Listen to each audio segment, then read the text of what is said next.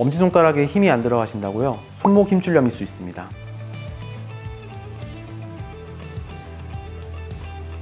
안녕하십니까, 서울본 정형외과 원장 홍도영입니다.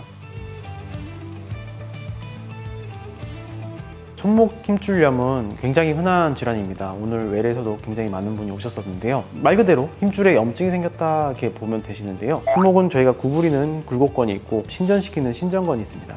주로 많이 사용하시는 분들께 흔하게 발생하시는데요. 결국엔 뼈와 연부 조직으로 이루어져 있는 그 관 사이에서 힘줄이 왔다 갔다 하면서 마찰이 되면서 비유가 생기면서 통증이 발생하는 질환들을 힘줄염이라고 합니다. 네, 오늘 말씀드릴 질환은 이제 득베르뱅이라는 질환인데, 이제 이 병을 발견한 분의 이름을 따서 이렇게 이름이 어렵게 정해졌는데요. 특별한 건 아니고요. 굉장히 많이 호발하는 연령은 30대에서 60대 여성에게서 많이 발생합니다. 말 그대로 손가락을 많이 쓰는데 그 중에서 어떤 힘줄을 많이 쓰게 되냐면 엄지손가락을 외전, 밖으로 들면서 엄지손가락을 뒤로 제끼는 이 근육을 많이 쓰시는 분들께 호발하게 됩니다. 그래서 보통 통증은 손가락의 문제지만 손가락에 힘줄이 지나가는 좁아져 있는 이 손목 부위에 구획이 있습니다. 저희 구획 중에 첫 번째 구획에 이 두 가지 힘줄이 지나가면서 마찰이 되면서 생기는 힘줄염을 득베르뱅 힘줄염이라고 합니다. 주로 출산하신 분들 굉장히 많이 오시는데, 아기를 안을 때 이렇게 안을 때 엄지손가락 밑에 힘줄에 통증을 느껴서 오시는 분들이 많습니다. 증상은 그래서 아까 말씀드린 대로 똑같은데요. 아기를 안을 때, 수유 중일 때 아프다는 이제 30대에서 40대 여성분들이 있으시고, 또 이제 엄지손가락 많이 쓰시는 분들, 무거운 물건 드실 때 이렇게 드시거나 이렇게 쓰실 때 뚝하는 느낌이 들면서 아프다 하시는 분들이 굉장히 많으십니다. 저희가 병원에서 간단하게 해볼 수 있는 검사가 있는데요. 말씀드렸던 힘줄 두 개를 자극을 시켜보는 겁니다. 집에서 해볼 수 있는 검사이신데요. 엄지손가락을 접으신 상태에서 주먹을 쥡니다. 주먹을 쥐시고 팔꿈치를 피신 상태에서 손목을 밑으로 내렸을 때 땡긴 거나 통증이 있다 하면 이 힘줄의 염증을 의심해 볼 수 있고요.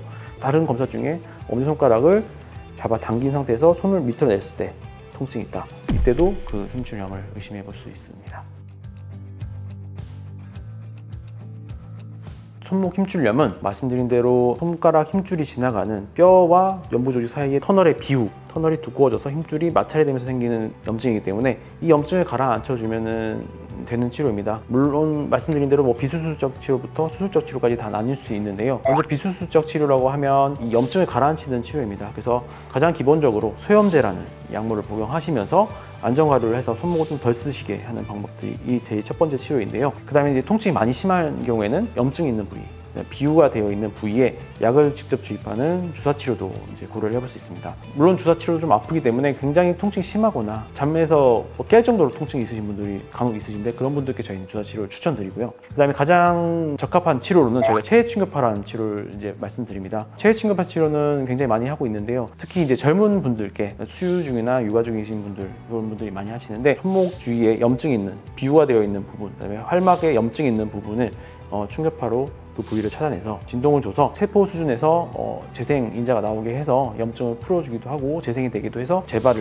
줄이는 치료인데요. 굉장히 젊은 분들께 효과적이기 때문에 저희가 추천을 많이 드리고 있습니다. 그 외에도 이런 비수술적 치료가 호전이 없을 경우에 수술적 치료를 말씀드리는데요. 수술적 치료는 절개를 해서 말씀드렸던 비유된 막을 제거를 하거나 건 주위의 부종을 제거해주는 그런 수술을 해볼 수 있는데, 흔히 있는 부작용으로는 수술 부위에 신경이 지나가기 때문에 통증도 있고 하기 때문에 먼저 비수술적인 치료를 먼저 해보다가 호전이 없을 때 수술적인 치료를 고려해 보시는 것을 추천드리고 있습니다. 손목 힘줄염은 아까 말씀드렸듯이 모든 부위에 생길 수 있는 힘줄염인데요. 제가 말씀드린 건 손목 힘줄염 중에 엄지손가락에 있는 힘줄염을 말씀드린 거고, 손가락을 구부리는 걸 많이 쓰시면 손가락을 구부리는 굴곡건에 염증이 생기게 됩니다. 이 염증이 이 손목이라는 터널, 이 뼈 위에 마찬가지로 앞쪽에 있는 굴곡건의 염증인데, 이쪽에 부종이 생기면서 정중신경이라는 신경을 누르면서 손을 저리게 만드는 그런 증상은 또 손목 터널 증후군이라고 합니다. 그래서 손목 힘줄염으로 인해서 발생할 수 있는 것이 이제 손목 터널 증후군이라고 할 수 있을 것 같습니다. 근데 이제 그 힘줄염이 굴곡건에 생기면 터널 증후군이 생길 수 있고, 신전건에 생기면 말씀드렸던 득베르뱅이라는 힘줄염이 발생할 수 있습니다. 감사합니다. 서울본 정형외과 원장 홍도영이었습니다.